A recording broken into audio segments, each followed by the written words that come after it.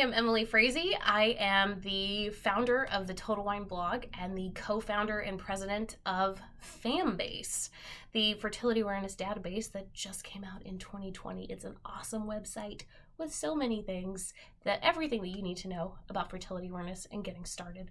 So I highly encourage you to check that out. But I'm here today to tell you about my story. Because if there's one thing that I have learned in this process of digging into fertility awareness, it's that we need to hear other people's stories. We need to know that we're not the only ones who are going through this and feeling like we're drowning. And hearing other people's stories is one of the most edifying ways to know the basic simple truth that we all need: you are not alone. So here's my story. I learned NFP probably like most of us during marriage prep back in 2015. Our diocese actually had a pretty robust NFP education program, I would say. We had to do three-hour sessions as a couple with couple-to-couple league learning symptothermal. We learned 6 months in advance of the wedding, so I was like, oh yeah, we're good. We're good. We got this. We're going to get married. We're going to wait a year to have kids. And that way we can get to know each other. We can come together as husband and wife and all this, just kind of get our bearings. And so, it was a little bit of a rude awakening when 3 months into the wedding, I ended up pregnant. Why did I end up pregnant, you say? Well, it's not because NFP doesn't work.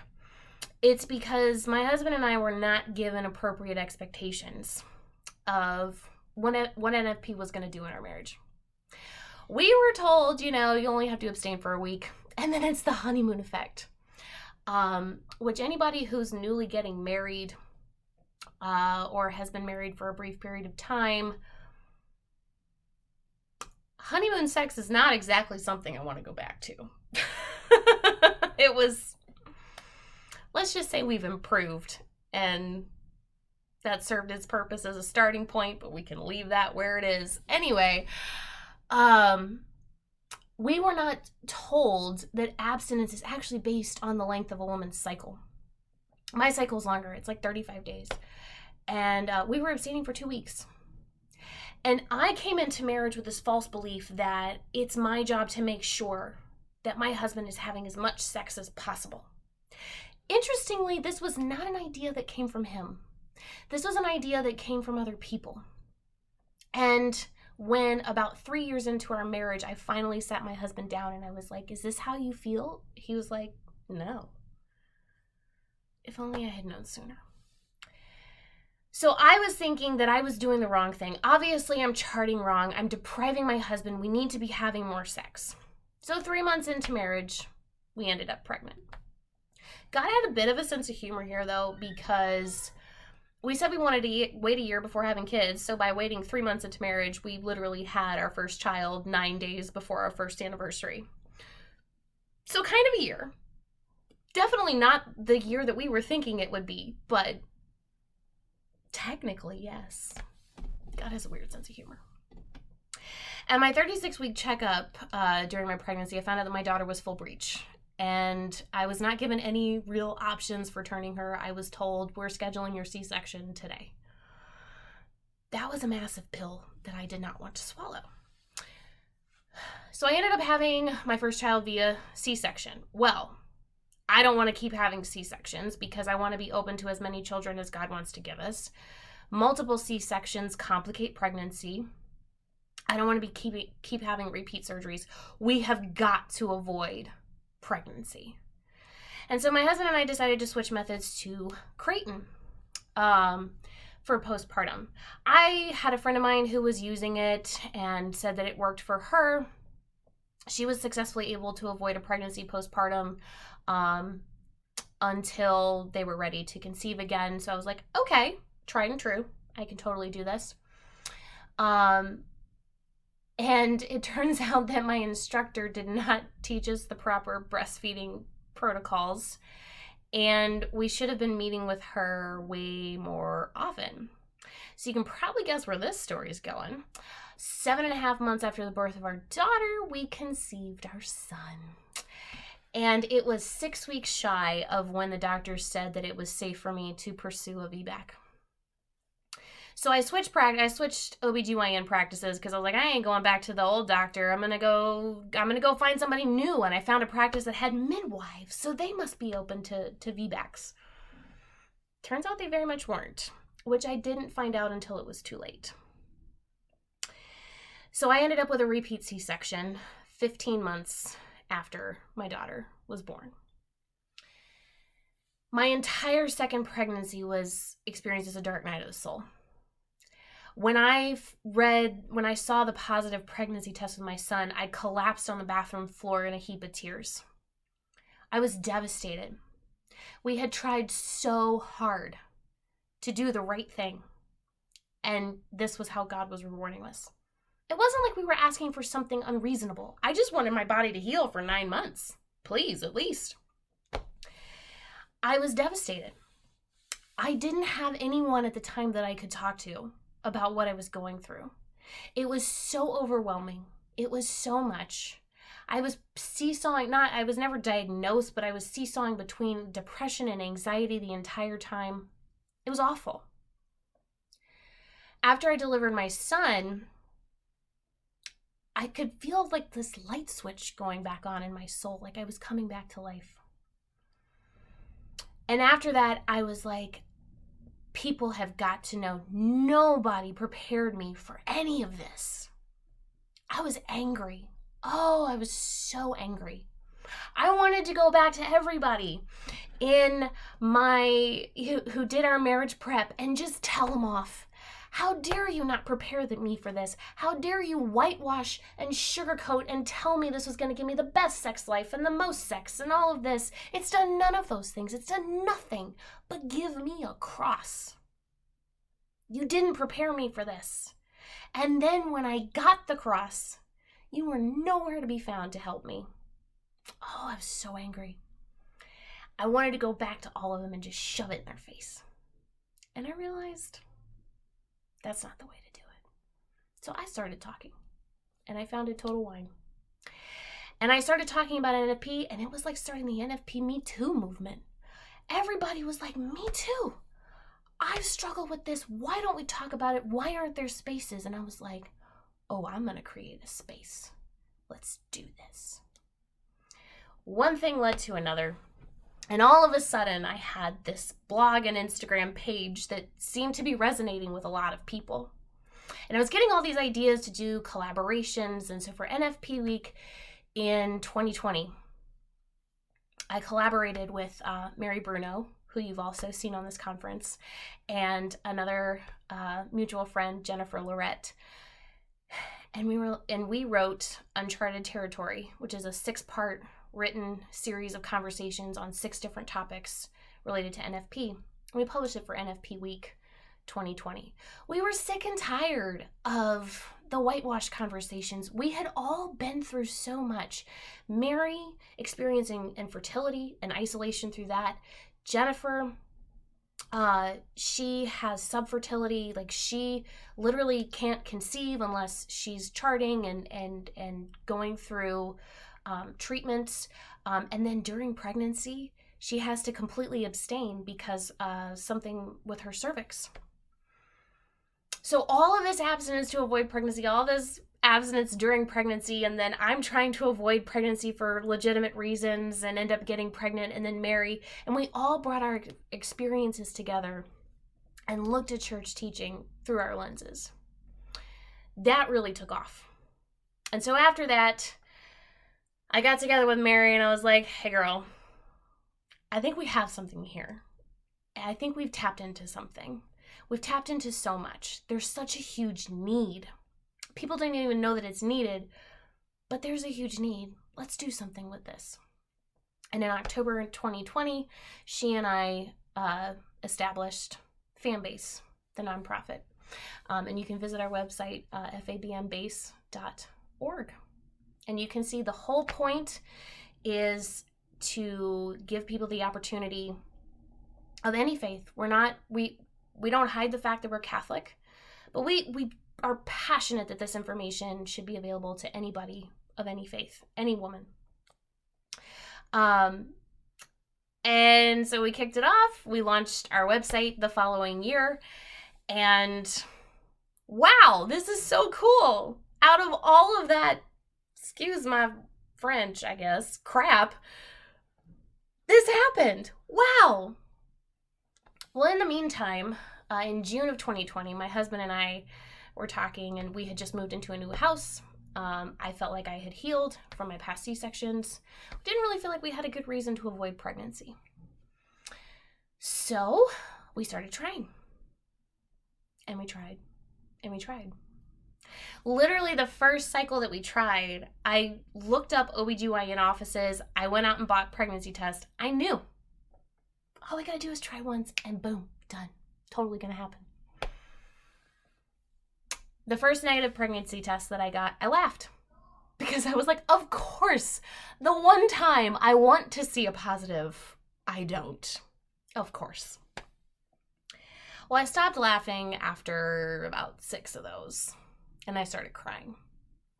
And I couldn't bring myself, as much as I knew about fertility awareness, as much as I knew about infertility and like when you should see 𝗕𝗄 and all of this type of stuff, I couldn't admit it. That I was experiencing infertility after 2 surprise pregnancies. What in the world? Well, one thing led to another, and I had somebody reach out and ask me if I had been evaluated for something called an 𝗕𝗫𝗄𝐴. And when I saw it written out, I pronounced it as 𝗕𝗫𝗄𝐴. So I knew nothing about it, but it was a defect caused by C-section scars that traps menstrual blood and can cause infertility, miscarriage, and uterine rupture. And I felt nothing but pure rage. Pure rage. And I was like, well, that's not exactly a proportional response to receiving that information. And so I got myself into therapy. I knew for probably about 4 years that I needed to go talk to somebody, but I couldn't do it. Finally, with that one piece of information, I was like, okay, I need to get my butt in there. 6 months into therapy, I realized that I had processed my first C-section, second pregnancy, and second C-section as traumatic. And I spent the next few months, working through processing that information. It was a lot. It was overwhelming. And yet it was liberating. That's the thing about the truth. For those of you who have seen Ted Lasso and remember Dr. Fieldstone, the truth will set you free, but first it'll piss you off. Yes, absolutely. So many things started to make sense. I wasn't a bad person for crumpling in the bathroom when I saw a positive pregnancy test. I was traumatized. And I knew I'd be repeating that traumatic event. And my body and my brain were like, no, absolutely not. And it was such a relief, as overwhelming and as angry as I was and what had happened. There was also this relief. There was this constructive way forward. There was something I could do to heal. I should mention that in June 2020, whenever we started trying for another baby, I prayed. I said, God, let this be a healing pregnancy. You know how they say you should never pray for patience? Don't pray for healing, because it's going to be a painful road. I mean, pray for healing. Like, everybody needs to be healed. But just understand, like, if you pray for patience, you don't get patience, you get the opportunity. If you pray for healing, you don't get healing, you get the opportunity. And you got to go through the process. By Advent 2021, I had come to terms with the fact that I was infertile. And that I would be infertile until I sought evaluation and treatment for an 𝗕𝗫𝗄𝐴. I had not been diagnosed with an 𝗕𝗫𝗄𝐴. That Christmas was extremely stressful. We traveled to Wisconsin to spend it with my in-laws. It was a long trip. It was a good trip, but it's just travel stress with 2 kids and all of that. I ended up getting a stomach virus. It was like, there's no way I produced a viable egg this cycle. Like, no, just no. Well, a week after I was expecting my period, I finally took a pregnancy test, which blew up blazing positive before even 2 seconds had passed. And I felt so many things at once. There was joy, because we want another child. There was fear. The 𝗕𝗁𝗔 had not been ruled out and could potentially present some very serious complications to my pregnancy. There was guilt. There was so much guilt. I had just done a conference or participated in a retreat for infertile women, and here I am, less than a month later, pregnant. I felt so many other things, but within all of that, there was this peace that it was all going to be okay. But it wasn't a dismissive peace. That was very important to me. It wasn't a dismissive peace. It existed alongside all of these other crazy conflicting emotions. And I am now a week and a half away from delivering my third child. I will tell you this. NFP has been a wild, wild, wild road for me. Surprise pregnancies, infertility, another surprise pregnancy, anger, frustration, doubt. My son's name is Thomas because I doubted the goodness of God during my second pregnancy. Because of NFP. I've been in the mess. It's messy. It's hard. The biggest lesson that I've learned is that, yeah, NFP is going to give you a cross. Your sex life is not exempt. Not exempt from the cross. Which sucks, because we live in a world where it's just like sex is everywhere and it's great as long as you're having a ton of it. And it's like, well, that's not the reality. That's not the reality. The things that God allows us to go through are insanely hard. And I'm still coming to terms with the belief that God allows these things for my good. I'll admit it. I'm still having a hard time with that. Even when I look back at everything and I see how much crap I went through, but what's come out of it. There's so much good that came out of it. And yet, every now and then I'll still go back and I'm like, yeah, but God, really? Why did that have to happen? Why did that have to? There wasn't any other way? You're omniscient? Like, come on. You've got other ideas. And that's the hard truth of our walk of faith. The crosses that we have, I've been reading The 7 Last Words of Jesus and Mary by 𝗙𝗁𝗂. And the part that I read this morning is he's talking about our crosses. And he's like, the reason why they're so hard is because they are perfectly made for us. They cling to us so tightly. And man, when I read that, I felt that. Oh yeah, they cling on with a vengeance. And nobody can take it away. What they can do is they can come alongside me and they can support me. That's what you need. That's what you need. You need your Simon of Cyrene. You need your Veronica. You need those weeping women. You need Mary, your mother, and the other Marys, and your John standing with you at your cross. Because you're going to get one.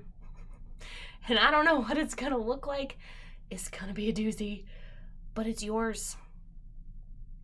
And when you carry it, and when you go through it, I can guarantee there will be a resurrection. I don't know when. And don't ever try to fast forward through your crucifixion. Don't do that. Ask me how I know. Don't do that. Be in the present, but don't be in the present alone. Make sure that you have people with you. For me, it was my therapist. It was my husband. It was some very, very, very key friends who walked with me, who all helped me carry my cross. Nobody tried to take it away. They all came with me. That made the biggest difference. So let me just leave you with that. First of all, you're not alone in whatever you're suffering.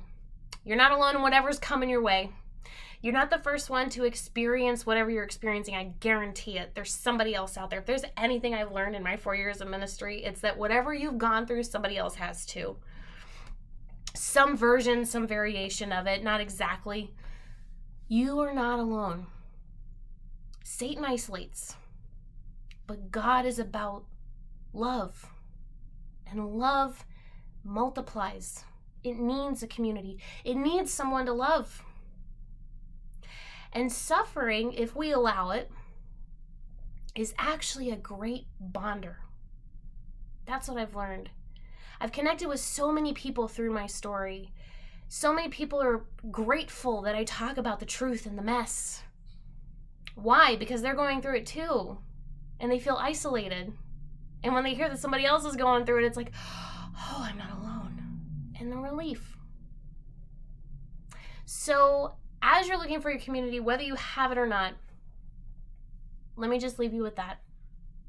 You're not alone.